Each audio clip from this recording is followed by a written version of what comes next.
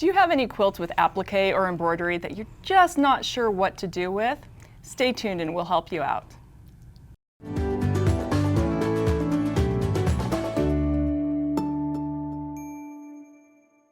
Welcome to Watch and Learn. I'm Kristina Whitney. And I'm Kim Sandberg. And Kim is working on her Strawberry Thief quilt, which has a lot of applique. Yes, it does. A lot of applique. A lot of applique. And we get questions a lot of times about, what do you do with the applique? Do you stitch over it? Do you not stitch over it? What do you put behind it? So all of these fun questions. That was like a little dance. Let's do that again. Okay, back to applique.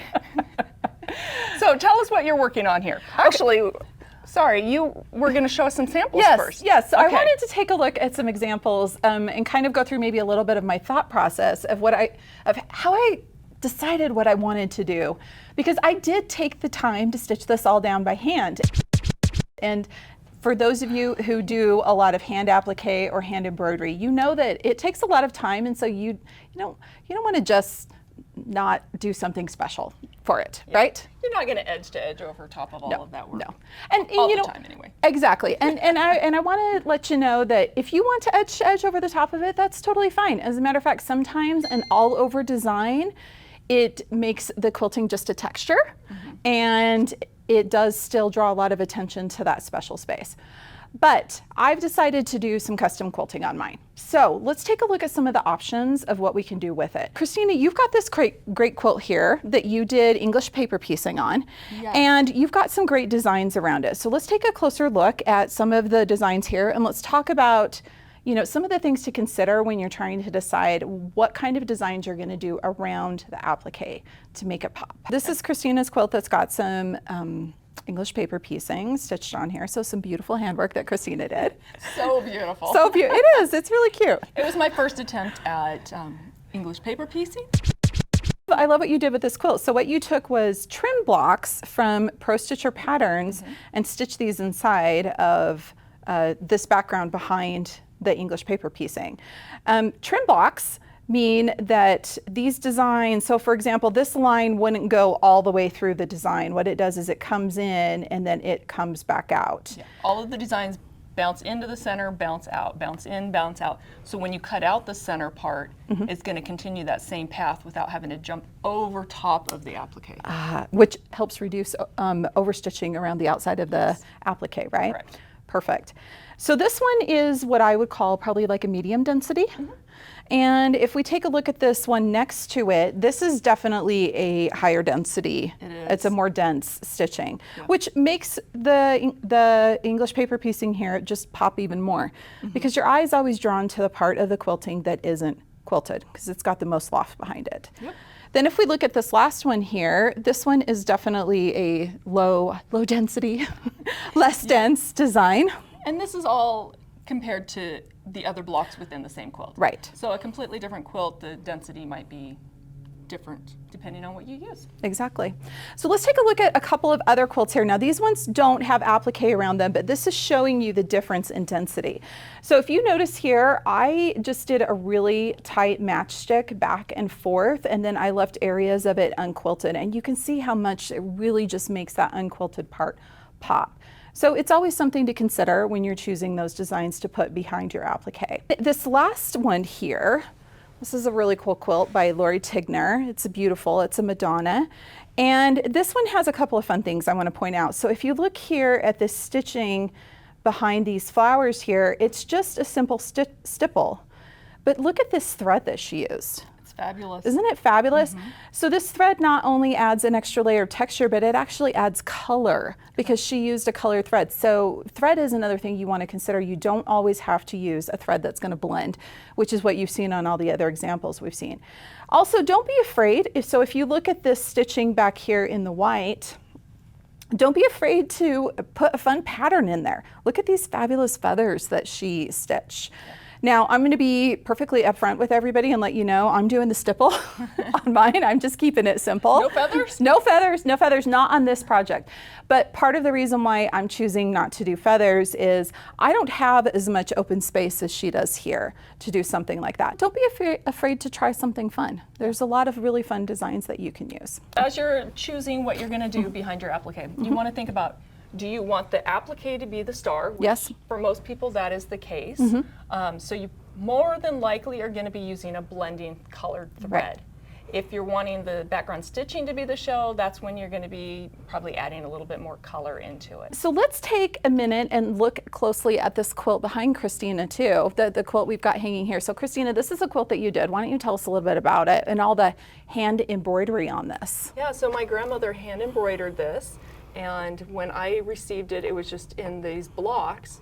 So I pieced it together, and if you look really closely, I don't know if you can see it on camera, but there's these little blue dots.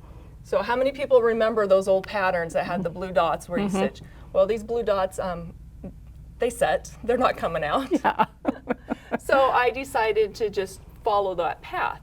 But to make it a little bit easier, I used the Echo foot. And I can't remember which size I ended up using. Probably not that size. I think it was, oh, maybe it was that size. And I echoed around the applique, which is emphasizing the applique. It's not applique, it's embroidery. Embroidery. If I had wanted to, I could have stitched over the embroidery.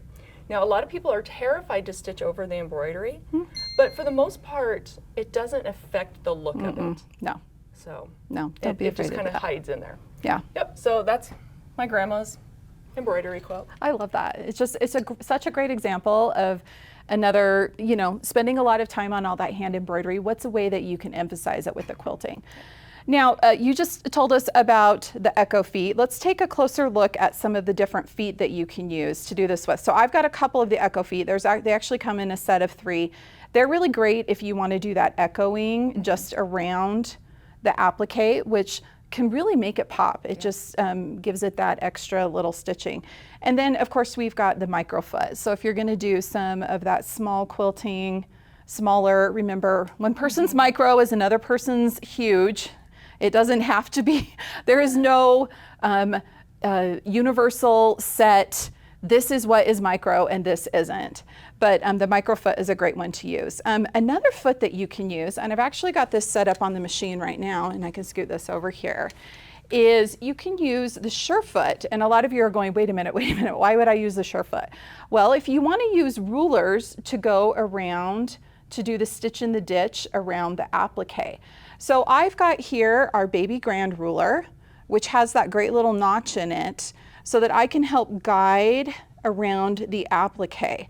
And I want to show you guys a fun little tip that actually Kristina reminded me of as I started working on this quilt. She's like, don't forget you can connect all the dots. And I was like, that's perfect. I'm going to do that. So let's do some stitching, and I'm going to show you how I will quilt around the applique. And then you see I've got some of the fill started here, just this small little meander that I'm doing here, this stipple.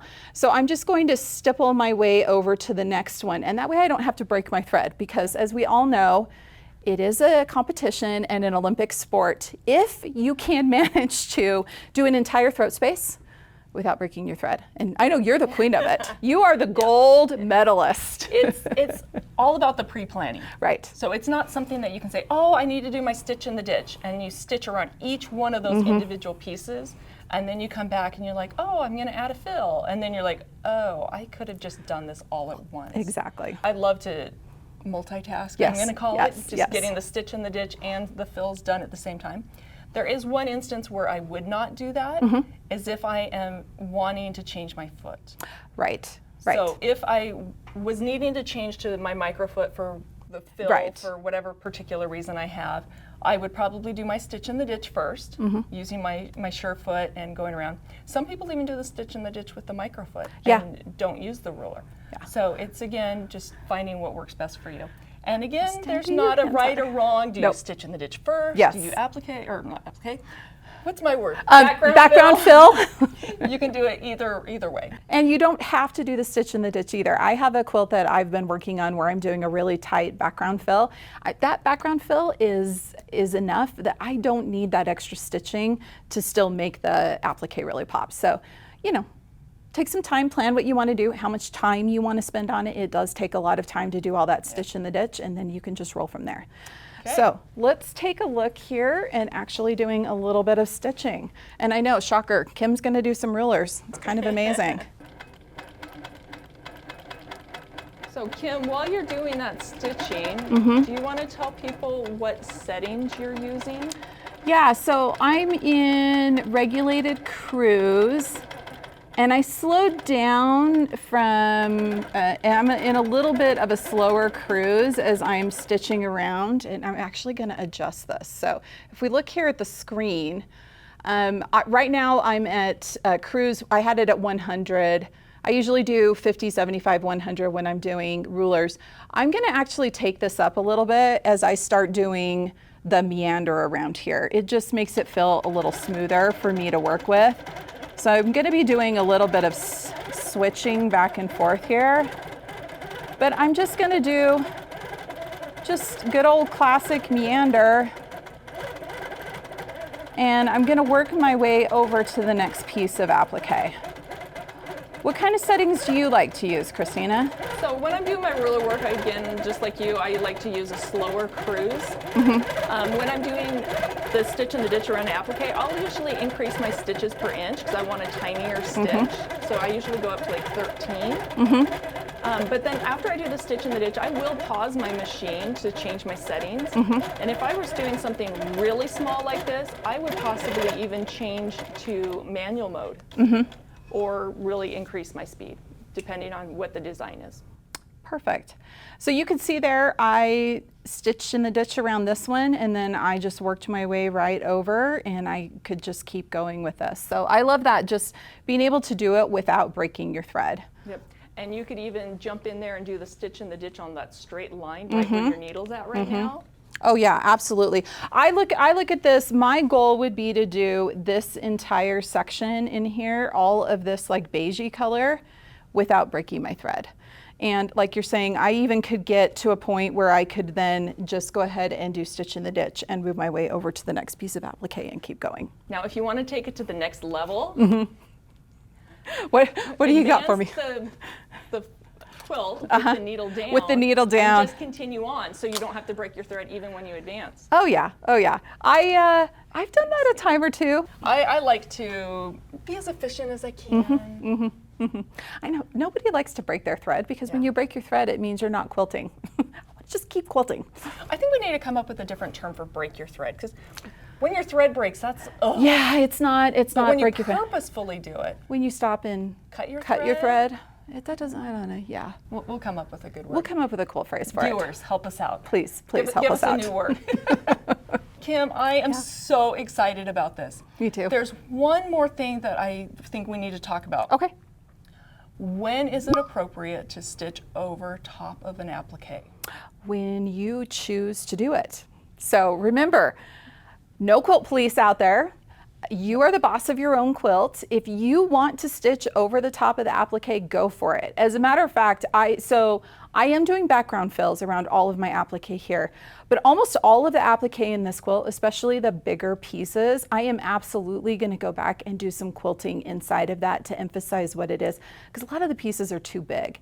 And even on some of the smaller pieces, I'm going to do it just because I like the detail that it gets there. So if you want to edge a quilt like this, go for it. It'll still be absolutely beautiful. If you do have those big sections though, you don't want them just kind of gapping, like hanging open there.